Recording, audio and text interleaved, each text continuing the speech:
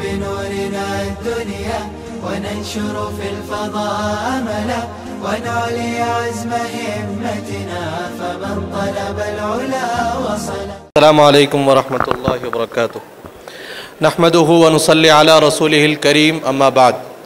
قال الله تبارك وتعالى في القرآن المجيد والفرقان الحميد فأعوذ بالله من الشيطان الرجيم بسم الله الرحمن الرحيم يا أيها الذين آمنوا اتقوا الله وقولوا قولا سديدا. وقال النبي صلى الله عليه وسلم أعطيت جوامع الكلم صدق الله العظيم وصدق رسوله النبي الكريم اما بعد. ماشاءاللہ آپ حضرات صبح تقریباً 7 بجے سے 12 بجے تک اس مجلس میں اس مبارک محفل میں بیٹھے ہوئے ہیں. آپ لوگ ماشاءاللہ مختلف عناوین پر ہمارے طلباء کی تقاریر کو سن رہے تھے اور ہمارے اساتذہ کی محنتوں کو دیکھ رہے تھے اور اسی طرح حکم حضرات کے تاثرات بھی آپ نے سنے اور مولانا محمد علی صاحب مولانا عبدالرحمن صاحب کے بھی تاثرات سنے. جس طرح کہ مولانا عبدالرحمن صاحب نے کہا کہ جتنی باتیں سوچ کر آئے تھے ساری باتیں کوئی نہ کوئی کر چلا گیا. یہاں تک کہ میں نے تو سوچا تھا کہ صفا پہاڑی پر سب سے پہلی تقریر ہوئی تھی یہ کہوں گا تو وہ مولانا نے وہ والی حدیث سنا دی. تو ماشاءاللہ ساری باتیں تو آپ لوگوں کے سامنے آ گئی ہے. البتہ وقت زیادہ نہ لیتے ہوئے تقریر اور خطابت کے مقاصد کو سامنے رکھتے ہوئے تقریر اور خطابت کیسی ہونی چاہیے اس پر توجہ دی جائے اور اس کو سامنے رکھتے ہوئے ہماری خطابت اور ہماری تقاریر ہونی چاہیے عوام کے سامنے اور اسی کو سامنے رکھ کر ہماری تیاریاں ہونی چاہیے. اسی لیے میں آپ تمام حضرات سے جس طرح میں نے کل بات کی درخواست کروں گا کہ آپ کی تقاریر میں گہرائی اس وقت تک نہیں آ سکتی جب تک آپ کتابوں کا مطالعہ نہیں کریں گے. نمبر 1. نمبر 2, آپ حضرات اس بات پر مکمل توجہ دیں کہ آپ کس موضوع پر ماہر بننا چاہتے ہیں. جیسے حضرت مولانا طارق جمیل صاحب دامت برکاتہم العالیہ اصلاح معاشرہ پر حضرت کی بہت اچھی گفتگو ہوتی ہے.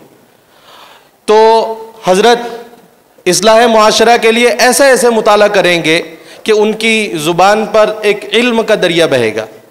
اسی طرح علم الکلام پر حضرت مفتی یاسر ندیم الواجدی جب وہ بات کرنا شروع کریں گے تو ان کی باتوں میں وہ کمال ہوگا اور وہ علم بہے گا جو آپ سن رہے ہیں اور سنتے آ رہے ہیں اور انہی کے شاگرد کی آپ نے کچھ دن پہلے تقریروں کو بھی سنا اور ان کے پورے مکالمے کو آپ نے سنا. اسی طرح تعلیم پر اگر آپ کو بات سننی ہے تو مولانا حذیفہ صاحب آپ کے رئیس الجامعہ ماشاءاللہ ان کا مطالعہ اتنا گہرا ہے کہ وہ تعلیم پر اتنی گہرائی کے ساتھ بات کرتے ہیں کہ آپ اس کو سنتے رہ جاتے ہیں. تو آپ حضرات کو اس بات پر غور کرنا ہوگا کہ آپ کو کس مضمون میں اور کس عنوان میں ماہر ہونا ہے اور اس کا اتنا گہرا مطالعہ ہونا چاہیے. اور جس طرح والد صاحب رحمۃ اللہ علیہ فرمایا کرتے تھے کہ حضرت شیخ الاسلام حضرت قاری طیب صاحب رحمۃ اللہ علیہ فرمایا کرتے تھے کہ میں نے 500 تقریریں یاد کی. تو تقریر یاد کرنا بھی ایک درجہ ہے کسی آدمی کے مقرر اور خطیب ہونے کے لیے. تو جب تک آپ تقریر یاد نہیں کرتے آپ کے اندر وہ الفاظ کا چناؤ اور الفاظ کا ذخیرہ آپ کے پاس نہیں آتا تو آپ کو تقریر یاد تو کرنی ہے لیکن اس میں اثر اس وقت تک نہیں آئے گا جب تک آپ اس کو دل سے نہیں کہیں گے. اور دل سے آپ اسی وقت کہیں گے جب ان معاملات میں آپ خود ان معاملات کو کرنے والے ہوں گے.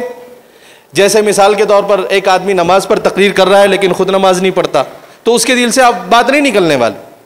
جس آدمی کے اپنے معاشرے میں اس کے اخلاق صحیح نہیں ہے اور وہ حسن معاشرہ پر اور حسن اخلاق پر بات کر رہا ہے تو اس کے دل سے بات نہیں نکل سکتی.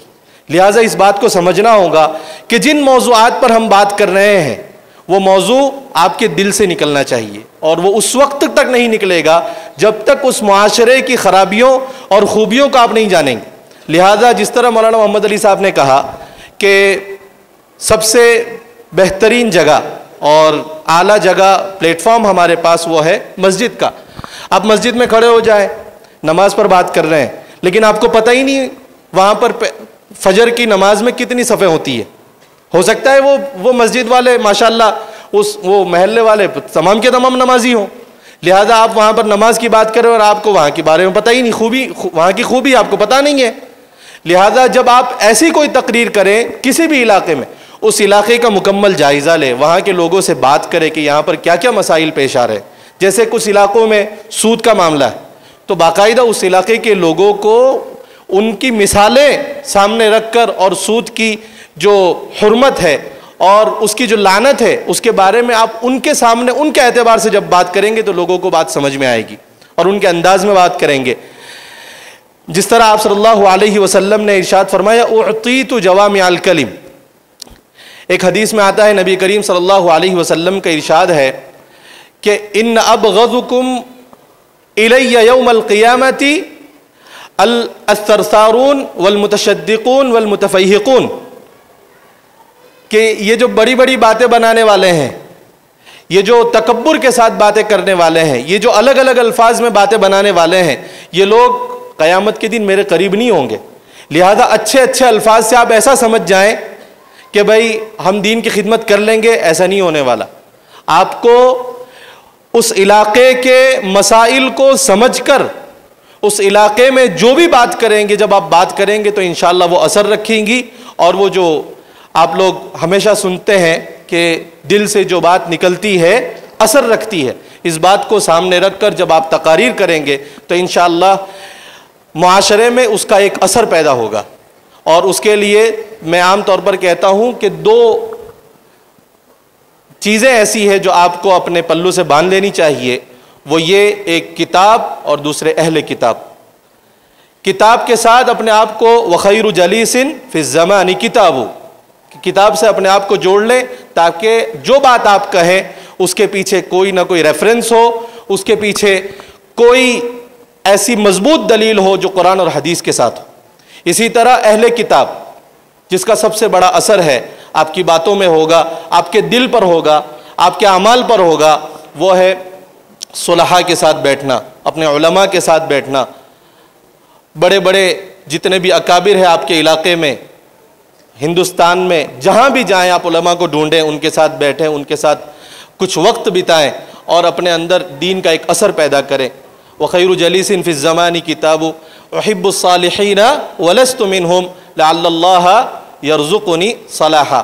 میں انہی کچھ ٹوٹی پوٹی باتوں پر اپنی بات کو ختم کرتا ہوں اور دعا کرتا ہوں کہ اللہ تعالی ہم سب کو کہنے سننے سے زیادہ عمل کرنے کی توفیق عطا فرمائے.